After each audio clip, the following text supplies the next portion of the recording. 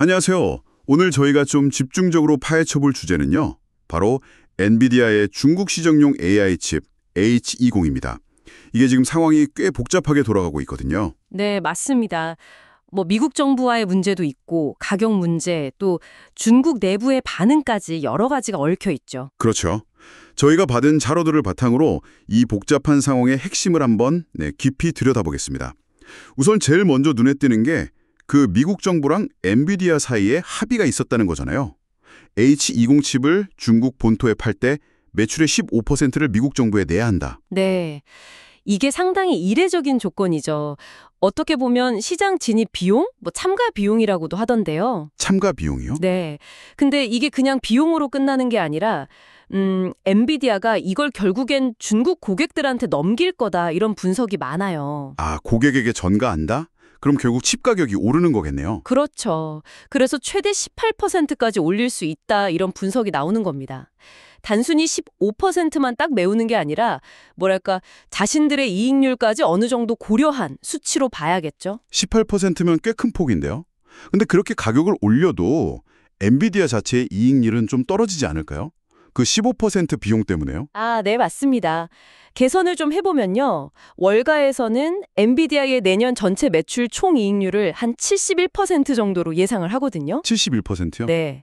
근데 만약에 H20 가격을 18% 올리고 또 이 칩이 전체 매출에서 한 15% 정도 차지한다고 가정을 해보면요.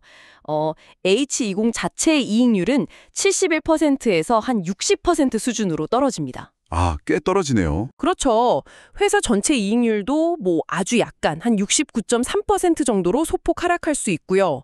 근데 여기서 중요한 건 이익률이 조금 희생되더라도 전체 이익 금액은 방어하면서 그 중국이라는 거대 시장에 대한 접근권을 유지하려는 그런 전략적 판단으로 볼 수 있다는 거죠. 일리가 있네요. 투자자들 입장에서도 이게 기업 내부 문제가 아니라 정치적인 외부 요인이니까 이익률 하락보다는 그 이익 금액 자체에 더 주목할 수 있겠군요. 네, 그런 시각이 있습니다. 근데 이 가격 인상이 엔비디아 외에 다른 기업들한테는 어떤 영향을 줄까요? 특히 그 서버 만드는 회사들이요. 아, 네. 당연히 영향이 있죠. 예를 들어서 바이두나 알리바바, 텐센트 같은 중국 빅테크 기업에 AI 서버를 납품하는 회사들 있잖아요. 대만의 인벤텍이나 마이텍 같은 곳들이요. 네네. 이 회사들은 직접적으로 마진 압박을 받을 수 있습니다. 칩 비용 자체가 올라가니까 고객사하고 가격 협상할 때 좀 불리해질 수 있고요. 또 최종 고객인 중국 기업들 입장에서는 비용이 부담되니까 새로운 서버 도입을 좀 망설이게 될 수도 있겠죠. 그렇군요. 이게 연쇄적으로 영향을 미치는 구조네요. 네, 생태계 전반에 걸쳐서요. 근데 또 중국 내부 상황을 보면 재밌는 게 그 딥시크라는 AI 스타트업이 원래 화웨이 칩을 쓰려다가 다시 엔비디아 H20로 바꿨다는 얘기가 있었잖아요. 아, 네. 그 보도가 있었죠. 화웨이 어센드 칩의 안정성이라든지 아니면 칩들끼리 연결하는 속도, 또 소프트웨어 생태계 이런 문제들이 좀 거론됐다고 해요. 그건 어떻게 보면 아직 중국 국산 칩이 엔비디아를 완전히 따라잡기는 좀 어렵다. 이런 걸 보여주는 거 아닌가요? 네, 기술적인 격차가 분명히 존재한다는 걸 보여주는 사례죠. 그런데 동시에 또 중국 정부의 움직임이 상당히 중요합니다. 이게 변수거든요. 정부의 움직임이라면요? 최근에 중국의 국가사이버정보판공시에 CAC라고 하죠. 여기서 텐센트나 바이두 같은 주요 기업들을 좀 불렀다고 해요. 아, 소환했군요. 왜 불렀을까요? 왜 자꾸 국산 칩 안 쓰고 엔비디아 H20 사려고 하냐 이런 거죠.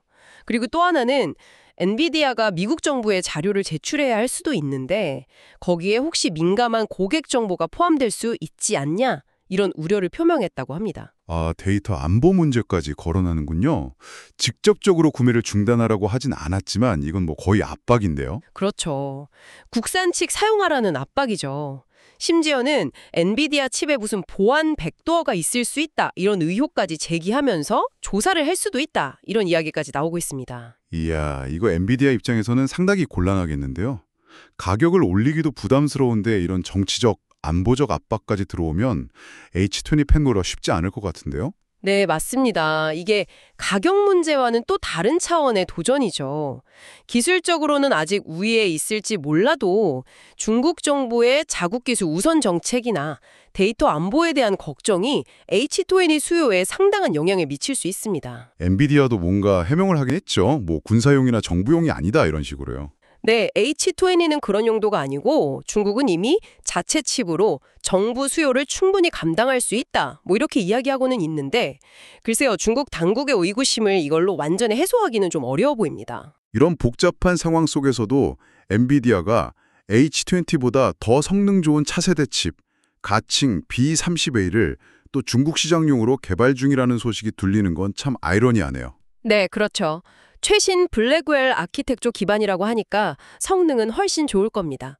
이건 어떻게 보면 엔비디아가 미국의 규제는 지키면서도 어떻게든 중국 시장을 놓치지 않으려는 뭐랄까 그런 필사적인 노력을 보여주는 거라고 할 수 있겠죠. 그러니까 미국의 요구도 맞춰야 하고 수익성도 지켜야 하고 동시에 중국 정부의 규제와 국산화 압박도 이겨내야 하고 정말 어려운 줄타기를 하고 있는 것 같습니다. 네, 맞습니다.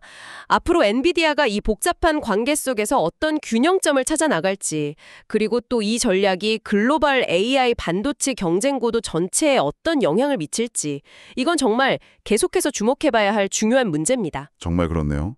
엔비디아의 다음 행보가 어떻게 될지 계속 지켜봐야겠습니다. 오늘 분석 감사합니다. 네, 감사합니다.